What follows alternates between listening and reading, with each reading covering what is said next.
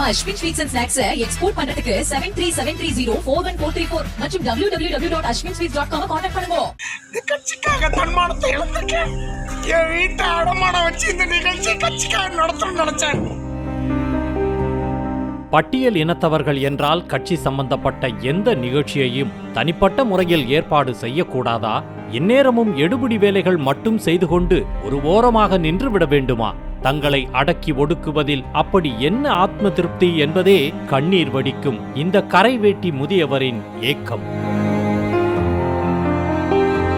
முதலமைச்சர் மு.க. ஸ்டாலின் மீண்டும் முதல்வராக வேண்டி 108 நாட்கள் விரதமிருந்து 108 பால் குடத்துடன் திருச்செந்தூர் செல்லும் நடைபயணத்தை தொடங்கி வைக்கும் நிகழ்வு மற்றும் மகளிருக்கு நலத்திட்ட உதவிகள் வழங்கும் நிகழ்வு நாகை மாவட்டம் தலைஞாயிறு ஒன்றியம் புத்தூர் ஓடாச்சேரியில் ஏற்பாடு செய்யப்பட்டிருந்தது.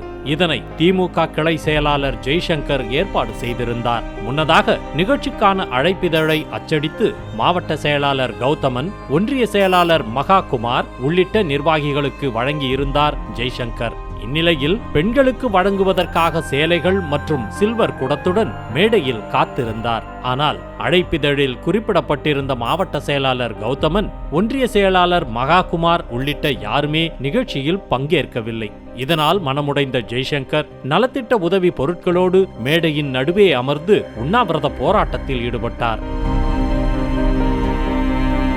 அப்போது கண்ணீர் வடித்தபடி பேசிய அவர், வறுமை கோட்டுக்கு கீழே இருக்கும் தங்களை சிறுமைப்படுத்துவதே ஒன்றிய செயலாளர் மகாகுமார் தான் என்றும் கட்சிக்காக தன்மானத்தை கூட பலமுறை இழந்துள்ளதாகவும் வருத்தம் தெரிவித்தார்.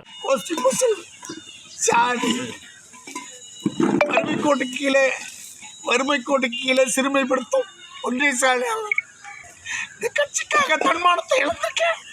என் வீட்டை அடமானம் வச்சு இந்த நிகழ்ச்சி கட்சிக்காக நடத்தணும்னு நினைச்சேன்.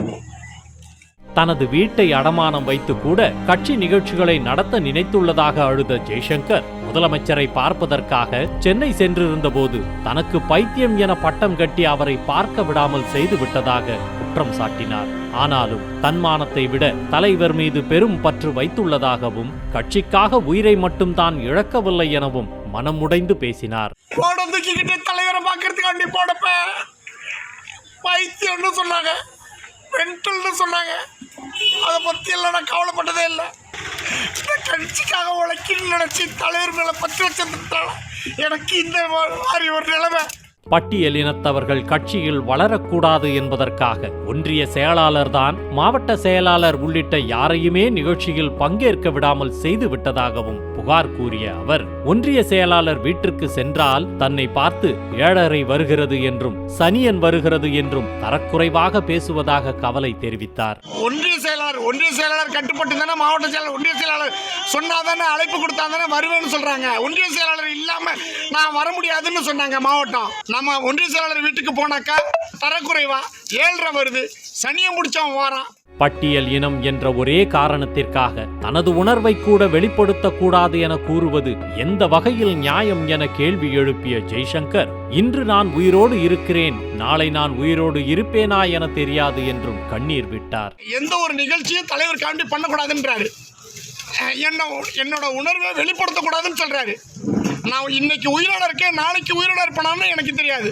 அப்ப இருக்கும் பொழுது என்னோட உணர்வை தலைவருக்காகவும் கட்சிக்காகவும் பண்ணணும்னு நினைச்சாக்கா என்னை சிறுமைப்படுத்தி அசிங்கம் பண்ணி அவமானப்படுத்துறாங்க. இது ஒரு புறம் இருக்க, நலத்திட்ட உதவிகளை பெற வந்த பெண்களும் நிகழ்ச்சிக்கு யாரும் வராததால் ஏமாற்றத்துடன் திரும்பிச் சென்றனர். அதேபோல நிகழ்ச்சியில் கலந்து கொள்ளாதது குறித்து மாவட்ட செயலாளர் கௌதமனிடம் கேட்டபோது, தனது அண்ணன் மகன் கடலில் விழுந்து உயிரிழந்த நிலையில் அவரது படத்திறப்பு விழாவில் தான் கலந்து கொண்டதாகவும் அதனால் தான் தன்னால் நிகழ்ச்சிக்கு வர இயலவில்லை எனவும் கூறியுள்ளார்.